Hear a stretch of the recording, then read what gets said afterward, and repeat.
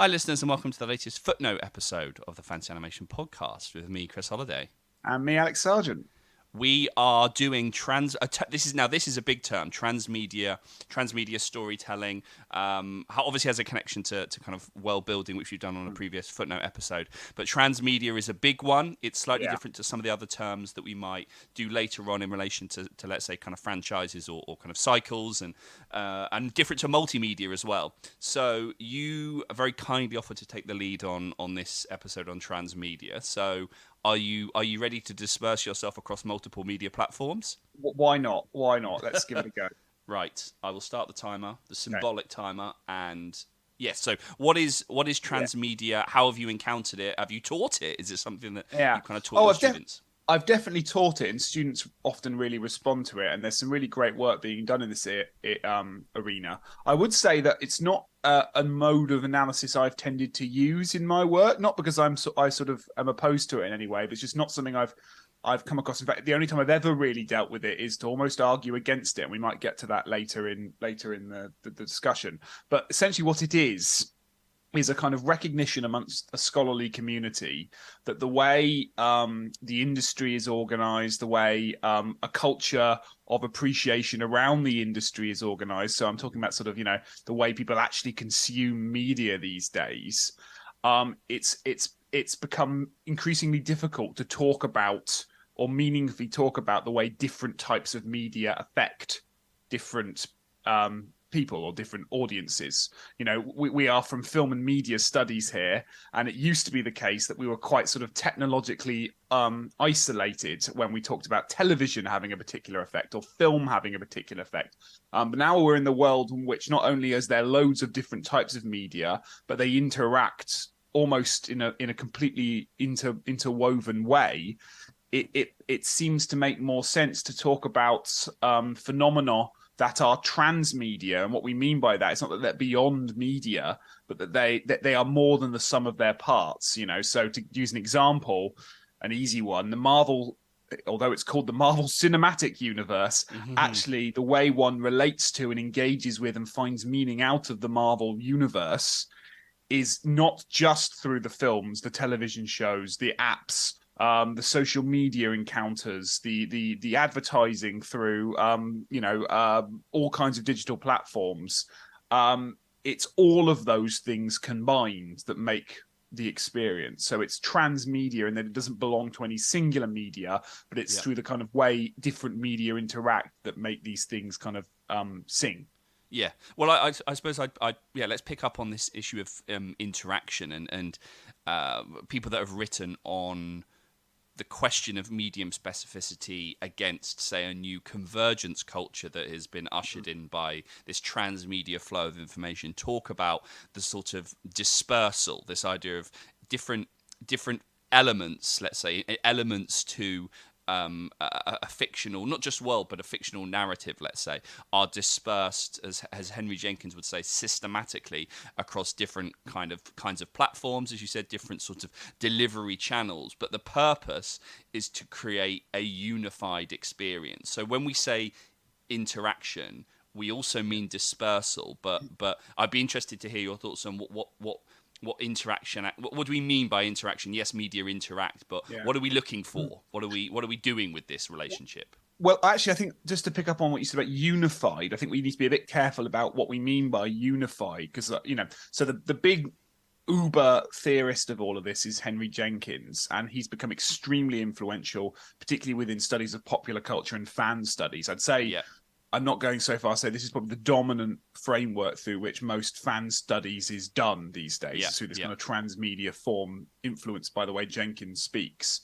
But what Jenkins is keen to point out is that the kind of the genius of the system, to coin another term, is not that it seeks to create everyone having the same experience through these different platforms, but it creates an experience that's kind of diversified enough for everyone to access it in different ways, and yet all have a unified kind of set of principles. So again, to use an example to make it clearer, we've all we've all engaged with the Marvel universe in different ways. Yeah, we could all chart our trajectory as to how we became accustomed with it. We could look at the films we saw. We could think about the way in which we different experience it. And actually, funny enough, I did an open day a few weeks ago, and there's quite a lot of parents in the room, and it was really, really useful to demonstrate this because I was talking about transmedia analysis, and we're talking about Super Mario because it had just come out, and the kind of generational way in which different types of Super Mario had provided gateways into the Super Mario world, which everyone had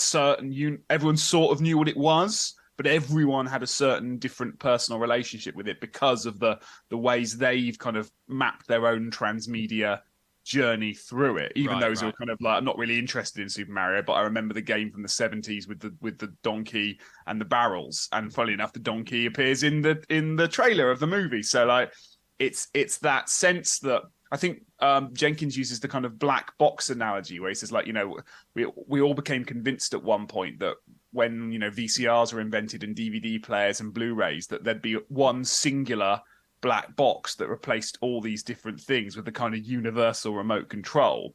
And that isn't what's happened. We've got all these different types of black boxes or digital boxes, but that's not what it's about. It's about the fact that there are all these different things, and yet they're all contributing to a singular system, if you will, that's porous enough and has enough malleability to allow different users to use it in different ways. Yeah. So Henry Jenkins has written a lot in print and online about transmedia storytelling, and he's usefully put together a kind of beat by beat cheat sheet. And yes, he uses the word unified, but I think he also uses the word coordinated. That this is a kind of coordinated entertainment experience, and he says that each medium makes its own unique contribution to the unfolding of the story. So I guess what we need to do is perhaps distinguish between industry and fans here, because you mentioned fandom, and again, Jenkins has written previously in a book called Textual Poachers about how we are hunter-gatherers as spectators, that we certainly the organization of transmedia storytelling and this idea that fictional worlds have organized themselves into a series of stories, and we have to go and find bits of information in the short film, in the animated spin-off, in the television program, and you know, Marvel is a good example, but Jenkins's example is something like The Matrix and Enter the Matrix and the video games and all this sort of stuff. So it's a fan practice, but it is prompted by, and you mentioned this at the start, a kind of particular horizontal integration of the industry. Is that? Yeah, I mean, well, let's. I think we might save this for another episode, but I think to do it kind of in the very, very short form, it's a kind of byproduct of the kind of post 1970s, realization by Hollywood that it can't survive on its own as a film industry, and actually Hollywood gets bought by lots of bigger multimedia conglomerates. So the whole system is organized economically that way. I mean, Disney is the famous example, right? There is a company called Disney that everyone associates with Mickey Mouse, but actually, if you look at what Disney owns, there's very little unified product or unified branding or unified output there, but they manage to use all of those things to speak to all the other things, and that's kind of that's how the media industry works these days, you know. Yeah. So it's also a contemporary term, i.e. that it's something that when Jenkins is writing, I mean, Textual Poachers comes out in the early 90s, I think 92, 93, something like that. Convergence Culture is about 10 years later, in response to the Matrix. But what we're saying is that while it's a term that has perhaps been sharpened by things like Marvel, and you know, I'd also add.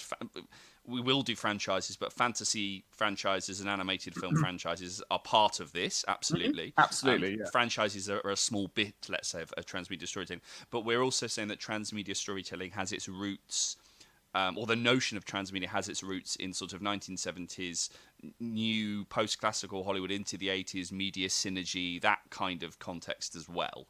Yeah, economically, but I think the way Jenkins tries to talk about it, and I think this is why it's become such a useful methodology for fan studies, is that there's this tendency within film and film studies more broadly to kind of, you know, write about fans, particularly of mainstream media, as if they're kind of they're the core, they're the offspring or the byproduct of all these things, and actually fan studies has done quite a lot of work to try to complicate that and talk about, the lived in reality and the meaningful existence that is being a fan. You're not just a slave to some kind of economic system. You're getting a lot of meaning out of that system. Even if, and I think when he talks about poaching, he's talking about the way in which this kind of convergence culture, which he later sort of properly defines, allows fans to do things that are not necessarily what the studio would want, but are still part of this culture of, fan fiction, fan edits, when fans go bad, all this kind of stuff. This is all part of the same culture. Yeah. If we can disagree within the same structure. Yeah. Yeah. Well, actually, I suppose that what you've done is set up and probably tease a future episode on notions of the canon, but we will get to that perhaps in due course. We have 20 seconds. So anything beyond Jenkins, anything to, or Jenkins plus.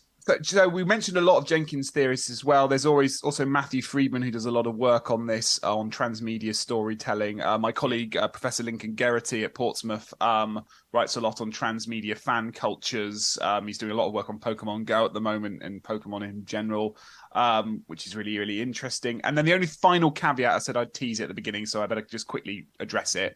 My only wrinkle with all of this, I think it's a really worthwhile methodology, is that it's a bit like when we use the word interdisciplinary, the word disciplines in there. The word transmedia has the word media in.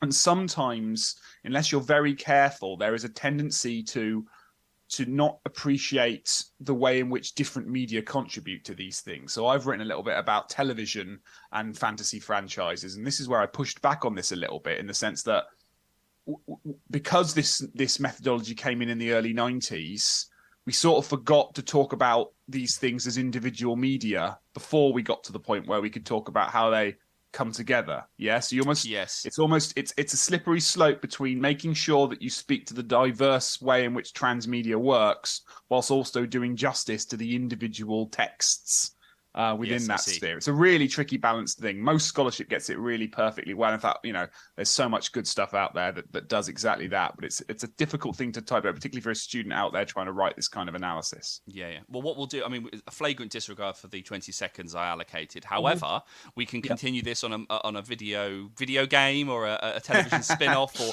we'll continue this in other forms. Let's get on Discord and sort out our Slack channel or some other thing that I don't understand. Exactly. See you on TikTok.